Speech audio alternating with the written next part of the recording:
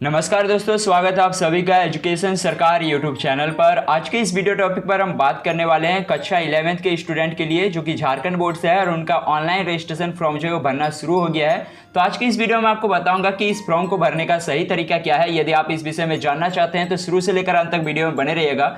मेरा नाम है संजीत कुमार, आप देख रहे हैं एजुकेशन सरकार यूट्यूब चैनल।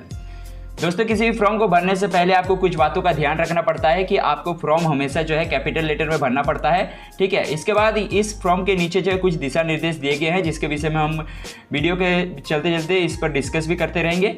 और साथ ही यहाँ पे जो है इस फॉर्म में एक चीज़ मेंशन किया गया है कि ये जो फॉर्म है आपको ब्लैक पेन से भरना है और आपका जो पेन है वो जेल पेन नहीं होना चाहिए, डॉट पेन होना चाहिए, ठीक है। तो यहाँ पे सबसे पहले दिया गया है code and name of institution. तो इसमें आपको करना क्या है, आपको सबसे पहले आपका कॉलेज कोड, जिस कॉलेज पर आप एडमिशन लिए हैं उसका कॉलेज कोड यहाँ पे आपको लिख देना है। कॉलेज कोड जो है आपको कॉलेज के किसी भी टीचर से पूछ लीजिएगा, आपको वो बता देंगे, ठीक है। इसके साइड में जो यहाँ पे स्पेस दिख रहा है यहाँ पे आपको कॉलेज का नेम लिख देना है। इसके साथ ही नंबर 1 में आ जाता है नेम ऑफ द स्टूडेंट, ठीक है। नेम ऑफ द स्टूडेंट में सपोज दैट कि आपका नाम विकास कुमार महतो है तो यहाँ पे आपको सबसे पहले कैपिटल लेटर में विकास लिखना है, इसके बाद एक स्पेस देना है और इसके बाद आपको कुमार लिखना है और उसके बाद आपको एक स्पेस दे देना है और उसके बाद आपको महतो लिख देना है, ठीक है। नंबर 2 में आ जाते हैं तो यहाँ पे दिया गया है डेट ऑफ बर्थ। तो आपका जन्म तिथि यहाँ पे लिखना है। सबसे पहले आपको तारीख लिखना है, उसके बाद जो है आपको मंथ यानी महीना लिखना है, किस मंथ में आपने जन्म लिया था। उसके बाद तीसरे स्थान पे यहाँ पे जो है आप किस वर्ष में जन्म लिए थे ये आपको लिख देना है। नंबर 3 में आ जाता है जेंडर। यदि आप एक लड़का है तो मेल पर टिक आउट कीजिएगा, यदि आप एक लड़की हैं तो फीमेल पर टिक आउट कर दीजिएगा। नंबर 4 में आ जाता है दिव्यांग। यदि आपके शरीर में इनमें से कोई भी प्रॉब्लम है तो आप उस पर टिक आउट कर दीजिएगा, यदि कोई भी प्रॉब्लम नहीं है तो आप नन पर टिक आउट कर दीजिएगा। ध्यान रखिए कि यदि आपके शरीर में इनमें से कोई भी प्रॉब्लम है और आप उस पर टिक आउट कर रहे हैं तो उसका सर्टिफिकेट भी आपके पास होना चाहिए, क्योंकि इसके दिशा निर्देश में दिया गया है कि आपको उस सर्टिफिकेट को इस फॉर्म के साथ अटैच करना पड़ेगा।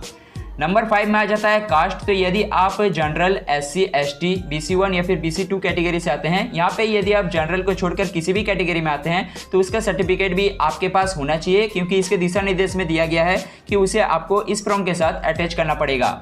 नंबर 6 में आ जाता है रिलीजन। तो यहाँ पे यदि आप हिंदू धर्म से आते हैं तो आप हिंदू पर यहाँ पे टिक आउट कीजिएगा, यदि इस्लाम से आते हैं तो आप इस्लाम पर टिक आउट कीजिएगा, यदि सिख धर्म से आते हैं तो आप सिख धर्म पे टिक आउट कीजिएगा, यदि आप क्रिश्चियन धर्म से आते हैं तो क्रिश्चियन पे कीजिएगा और अदरवाइज आप अदर पे टिक आउट कर सकते हैं।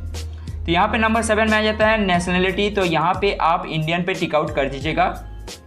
नंबर 8 में आ जाता है स्टूडेंट आधार नंबर। तो यहाँ पे आपका आधार कार्ड का जो 12 डिजिट का नंबर रहता है उसे आपको यहाँ पे लिख देना है। और नंबर 9 में आ जाता है एरिया। तो यदि आप ग्रामीण क्षेत्र से आते हैं तो आप रूरल पे टिक कीजिएगा, यदि आप शहरी क्षेत्र से आते हैं तो अर्बन पर टिक आउट कर दीजिएगा। नंबर 10 में आ जाता है मदर नेम। यदि आपका सपोज दैट आपके मम्मी का नाम सुनीता महतो है तो यहाँ पे आपको सबसे पहले उनका सुनीता नाम लिखना है और उसके बाद जो है आपको यहाँ पे एक स्पेस देना है और उनका सरनेम आपको लिख देना है, ठीक है। नंबर 11 में आ जाता है फादर नेम। तो आपको सबसे पहले अपने फादर का यहाँ पे नाम लिखना है और उसके बाद एक स्पेस देना है और उनका सरनेम यहाँ पे लिख देना है, ठीक है। इसके बाद आ जाता है 12 नंबर में कम्युनिकेशन एड्रेस। तो आपके आधार कार्ड के पीछे जो भी एड्रेस दिया रहेगा उसे आपको स्पेस देते हुए यहाँ पे लिख देना है, ठीक है, फिल कर दीजिएगा। इसके बाद आ जाता है नंबर 13 में स्टेट। तो यहाँ पे आपको झारखंड लिख देना है, ठीक है। और यहाँ पे नंबर 14 में आ जाता है पिन नंबर। तो आपको यहाँ पे आपके एरिया का पिन नंबर यहाँ पे लिख देना है। नंबर 15 में आ जाता है कॉन्टैक्ट मोबाइल नंबर। तो यहाँ पे आप अपना 10 अंक का मोबाइल नंबर लिख दीजिएगा, क्योंकि इससे रिलेटेड कोई भी जानकारी देना होगा तो आपको SMS के थ्रू मिल जाएगा। नंबर 16 में आ जाता है ईमेल आईडी। तो यहाँ पे आपको ईमेल आईडी में अपना ईमेल आईडी यहाँ पे लिख देना है, क्योंकि यदि आपके मोबाइल नंबर में किसी वजह से जो है मैसेज नहीं मिला तो आपको जीमेल में मैसेज मिल जाएगा, यानी ईमेल मिल जाएगा। इसके साथ ही आपको इस नंबर 17 में देखने को मिलेगा क्लास 10 पासिंग डिटेल। तो यहाँ पे आपको नेम ऑफ बोर्ड काउंसिल। यदि आप 10वीं कक्षा जो है जैक बोर्ड से पास किए हैं तो आप यहाँ पे जैक पर टिक आउट कीजिएगा, यदि आप किसी अदर बोर्ड से पास किए तो आप अदर्स पे टिक कीजिएगा और यहाँ पे जो है उस बोर्ड का नाम लिख दीजिएगा। आपने 10वीं कक्षा कौन से ईयर में पास किया था वो आपको यहाँ पे लिखना पड़ेगा। इसके साथ ही आप जिस स्कूल से पास किए हैं उस स्कूल का रोल कोड क्या है वो आपको यहाँ पे लिखना पड़ेगा। इसके साथ ही आपको जो है 10वीं कक्षा जब आप माध्यमिक परीक्षा दे रहे थे तो आपका एडमिट कार्ड में जो रोल नंबर है वो आपको यहाँ पे लिखना पड़ेगा, वो रोल नंबर, और एडमिट कार्ड में दिया गया रजिस्ट्रेशन नंबर जो है आपको यहाँ पे लिखना पड़ेगा। ये सारा कुछ है, ये सारा कुछ जानकारी यानी जैसे कि year of passing, roll code, roll number और रजिस्ट्रेशन नंबर, ये आपको आपके माध्यमिक के एडमिट कार्ड में जो है देखने को मिल जाएगा। तो वहाँ से आप देखकर यहाँ पे लिख दीजिएगा। डिटेल ऑफ एडमिशन यानी आपने जो कॉलेज में एडमिशन लिया कक्षा 11th पे, तो आप यहाँ पे टिक आउट कीजिएगा। और साथ ही आप किस दिन जो है एडमिशन लिए हैं वो आपको यहाँ पे लिखना पड़ेगा। और इसकी जानकारी जो है आप जब कॉलेज में एडमिशन ले रहे थे तो आप चालान कटाए होंगे, तो उसमें जो है आपको डेट देखने को मिल जाएगा, वहाँ से आप देख लीजिएगा और यहाँ पे लिख दीजिएगा, ठीक है। इसके साथ ही सी नंबर में आ जाता है सेक्शन, तो आप अपने क्लास में जो है कौन से सेक्शन में आते हैं वो आप यहाँ पे लिख दीजिएगा। और यहाँ पे क्लास रोल नंबर यानी आपका 11th कक्षा में जो आपको क्या रोल नंबर है वो आप यहाँ पे लिख दीजिएगा, ठीक है। नंबर 19 में आ जाता है मीडियम ऑफ एग्जामिनेशन, तो आप यदि इंग्लिश में परीक्षा देना चाहते हैं तो आप इंग्लिश पर टिक आउट कीजिएगा, यदि हिंदी में तो आप हिंदी पर टिक आउट कर दीजिएगा। नंबर 20 में आ जाता है कैटेगरी, तो यहाँ पे आप रेगुलर पे टिक आउट कर दीजिएगा, क्योंकि ये जो फॉर्म हम भर रहे हैं ये रेगुलर स्टूडेंट के लिए है। इसके बाद आता है 21, तो यहाँ पे आपको फैकल्टी में जो है आप कौन सा फैकल्टी से पढ़ाई कर रहे हैं, जैसे कि आर्ट्स, कॉमर्स, साइंस, तो आप जिस फैकल्टी से भी पढ़ाई कर रहे हैं उस पर आप टिक आउट कर दीजिएगा।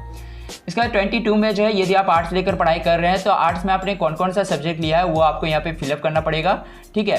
और यदि आप कॉमर्स लेकर पढ़ाई कर रहे हैं तो आपको कॉमर्स में कौन कौन से सब्जेक्ट लिए हैं वो आपको यहाँ पे फिलअप करना पड़ेगा। यदि आप साइंस लेकर पढ़ रहे हैं तो आप साइंस में कौन कौन सा सब्जेक्ट लिए हैं वो आपको यहाँ पे लिख लेना पड़ेगा, ठीक है। इसके साथ ही आपको नीचे में आपको अपना एक फ़ोटो यहाँ पे डाल देना है, यानी चिपका लेना है। साथ ही आपको इस बात का ध्यान रखना है कि आपका जो फोटो है वो 3 मंथ से ज़्यादा पुराना नहीं होना चाहिए। इसके साथ ही आपको यहाँ पे जो है अपना सिग्नेचर कर देना है और इसके नीचे जो है आपके फादर या फिर मदर का सिग्नेचर करवा लेना है। इसके साथ ही आपको जो है यहाँ पे जितना भी नीचे में जो कुछ भी दिया गया है इसके विषय में जो इंपॉर्टेंट चीज़ है वो मैंने आपको बता दिया, ठीक है। और यहाँ पे जो आप देख पा रहे हैं ये वाला चीज़, तो यहाँ पे आपको कोई भी छेड़छाड़ नहीं करना है। तो इतना ही बस आपको फॉर्म भरने का सही तरीका था। यदि आपको ये वीडियो पसंद आया तो वीडियो को लाइक कर दीजिएगा, चैनल को सब्सक्राइब कर लीजिएगा इसी तरह के जैक से जुड़ी हुई वीडियोज़ के लिए। तो आज की इस वीडियो में इतना ही दोस्तों, तब तक के लिए जय हिंद, जय भारत।